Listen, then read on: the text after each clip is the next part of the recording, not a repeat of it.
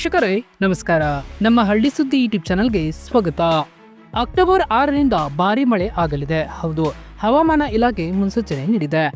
ಯಾವ ಜಿಲ್ಲೆಗೆ ಆಗಲಿದೆ ಎಲ್ಲವನ್ನೂ ಕೂಡ ಇಲ್ಲಿ ತಿಳಿಸಿಕೊಡ್ತಾ ಹೋಗ್ತೀವಿ. ಭಾರತ ಹವಾಮಾನ ಇಲಾಖೆ ಮುನ್ಸೂಚನೆ ನೀಡಿದೆ. ಹೌದು, ಕರ್ನಾಟಕದ ಬಹುತೇಕ ಜಿಲ್ಲೆಗಳಲ್ಲಿ ಅಕ್ಟೋಬರ್ 6ರವರೆಗೆ ಬಿರುಗಾಳಿ, ಗುಡುಗು ಸಹಿತ ಭಾರಿ ಮಳೆಯಾಗುವ ಸಾಧ್ಯತೆ ಇದೆ. ರೈತರಿಗೆ ಎಚ್ಚರಿಕೆಯನ್ನ ನೀಡಲಾಗಿದೆ.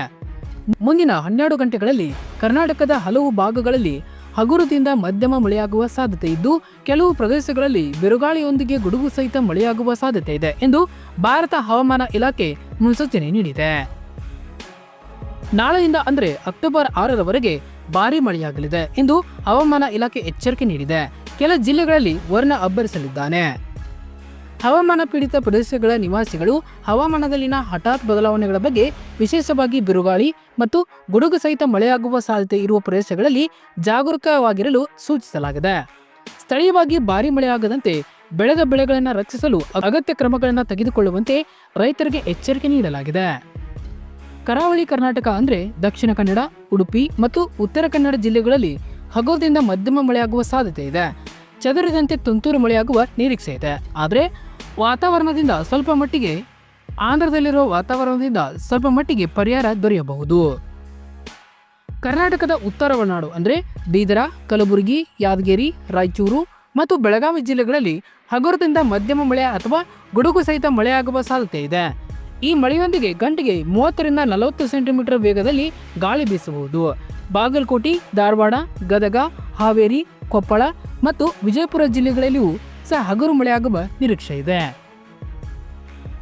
ದಕ್ಷಿಣ ಒಳ ಕರ್ನಾಟಕ ಅಂದರೆ ಶಿವಮೊಗ್ಗ, ಚಿಕ್ಕಮಗಳೂರು, ಕೊಡಗು, ಹಾಸನ, ಮೈಸೂರು ಮತ್ತು ಕೋಲಾರದಲ್ಲಿ ಬಿರುಗಾಳಿ ಸಹಿತ ಸಾಧಾರಣ ಮಳೆಯಾಗುವ ಸಂಭವವಿದೆ. ಬಳ್ಳಾರಿ, ಬೆಂಗಳೂರು ನಗರ ಮತ್ತು ಗ್ರಾಮಾಂತರಗಳಲ್ಲಿ, ಚಾಮರಾಜನಗರ, ಚಿಕ್ಕಬಳ್ಳಾಪುರ, ಚಿತ್ರದುರ್ಗ, ದಾವಣಗೆರೆ, ಮಂಡ್ಯ, ರಾಮನಗರ ಮತ್ತು ತುಮಕೂರು ಹಾಗೂ ವಿಜಯನಗರ ಸೇರಿದಂತೆ ಇತರೆ ಜಿಲ್ಲೆಗಳಲ್ಲೂ ಲಘು ಮಳೆಯಾಗುವ ಸಾಧ್ಯತೆ ಇದೆ. ಭಾನುವಾರದ ಮಟ್ಟಿಗೆ ಚಂಡಮಾರುತ ಪಶ್ಚಿಮ ಮತ್ತು ನೈಋತ್ಯ ಮುಖಾಮುಖಿಯಾಗಿ ಚಾಲನೆ ಮುಂದುವರಿಸಲಿದ್ದು, ಪಶ್ಚಿಮ ಕೇಂದ್ರ ಅರಬ್ಬಿ ಸಮುದ್ರ ಪ್ರದೇಶವನ್ನು ಸಂಜೆಯ ವೇಳೆಗೆ ತಲುಪುವುದು ಎಂದು ಸಾಧ್ಯತೆ ಇದೆ. ಮುಂಗಾರು ಋತುವಿನ ಬಳಿಕ ಮೊದಲ ಚಂಡಮಾರುತ ಅಂದರೆ ಅರಬ್ಬಿ ಸಮುದ್ರದಲ್ಲಿ ಎದ್ದಿದ್ದು, ಗಂಟೆಗೆ 100 ಕಿಲೋಮೀಟರ್ ವೇಗದಲ್ಲಿ ಗಾಳಿ ಶನಿವಾರದಿಂದ ಬೀಸಲಾಗುತ್ತಿತ್ತು.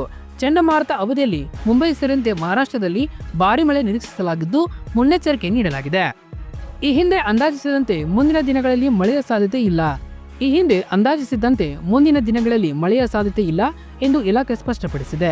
ಶನಿವಾರ ಬಿಡುಗಡೆ ಮಾಡಿದ 5 ದಿನಗಳ ಹವಾಮಾನ ಮುನ್ಸೂಚನೆಯಲ್ಲಿ ಅಕ್ಟೋಬರ್ 8ರವರೆಗೆ ಮುಂಬೈ ಮತ್ತು ಸುತ್ತಮುತ್ತಲಿನ ಪ್ರದೇಶಗಳಲ್ಲಿ ಅಲ್ಪ ಹಾಗೂ ಚತುರದಿಂದ ಮಳೆಯಾಗುವ ಸಾಧ್ಯತೆ ಇದೆ.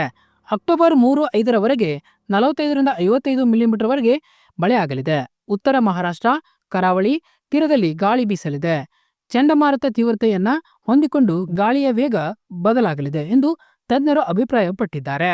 ಧನ್ಯವಾದಗಳು. ಇದೇ ರೀತಿ ಹೆಚ್ಚಿನ ಮಾಹಿತಿಗಾಗಿ ನಮ್ಮ ಹಳ್ಳಿ ಸುದ್ದಿ ಯೂಟ್ಯೂಬ್ ಚಾನೆಲ್ ಅನ್ನು ಸಬ್ಸ್ಕ್ರೈಬ್ ಆಗಿ.